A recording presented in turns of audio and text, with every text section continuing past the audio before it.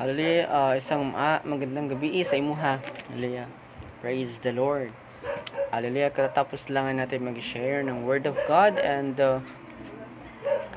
we are very excited because as we know that the things in this world is being exposed.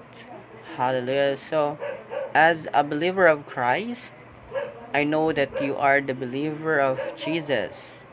Hallelujah. So, every time that you are walking around, and especially for those strangers, sa mga hindi mo syempre kilala, hallelujah, I want you to share the word. Hallelujah. So, a while ago, kanina lang, I shared the word of God. Like, I am just buying something. After that, I tried to pray. Started to pray someone. Like, syempre,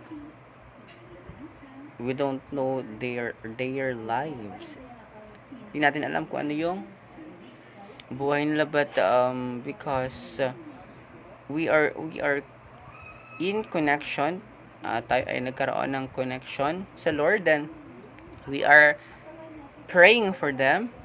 Hallelujah. Praying that meron silang mga sakit. Hallelujah. Like there is diabetes. Hallelujah. There is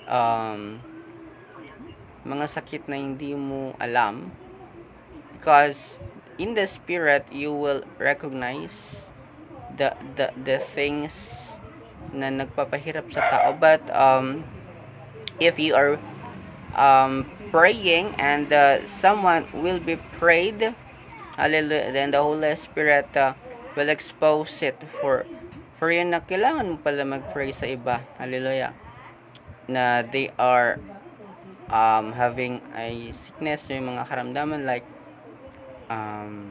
high blood, diabetes, and now ma-recognize mo sila na they need prayer pala.